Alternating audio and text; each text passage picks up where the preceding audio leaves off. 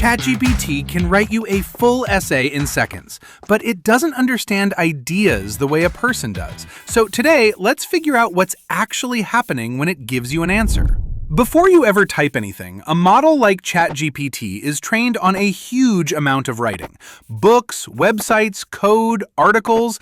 From all of it, it learns the patterns in language, mostly which pieces of text tend to come next. And when I say pieces, I mean tokens.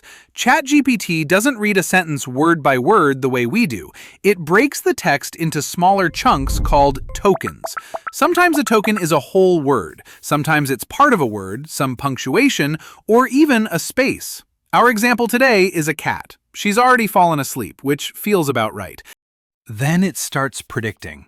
Take this sentence. The cat sat on the... What would you guess comes next? Probably Matt, right? ChatGPT does the same thing. From the patterns it learned, it gives each possible next token a probability. Matt scores high, so that's the likely pick. And our cat finally gets her Matt. Big day. But it doesn't always pick the same way. It can add a bit of variation. For something with one obvious answer, like the cat sat on the, you'll get Matt almost every time. But ask it something open-ended, like suggest a name for a cat, and you'll see that variation. Ask once and it might say Milo. Ask again and you'll get something else entirely. Our cat judged every single option. She only approved of her own name. Then it does it again. And again. One token at a time, it builds a sentence, then a paragraph, then a whole essay, poem, or piece of code. That's the basic trick underneath all of it. Autocomplete, just far more powerful than the one on your phone. Ask it for a poem about a cat, and it writes it the exact same way, one word at a time. Our cat sits through the whole thing looking unimpressed. Then the poem gets to the word mice, and she's gone. This also explains one of its biggest weaknesses. Sometimes it gives you an answer that sounds confident, detailed, and completely believable. And parts of it are just wrong.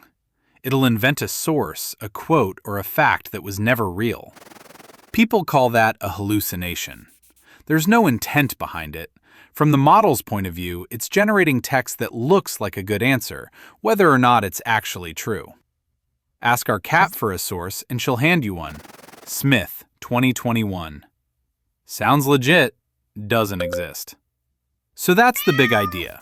It learned from a mountain of language, it spots patterns, and it predicts the next token over and over until you've got a full response. That makes it genuinely useful. Just don't treat it like an all-knowing expert. It's great for brainstorming, for explaining things, for helping you get started. But for the important facts, the sources, the numbers, the decisions that actually matter, always check its work. Class dismissed.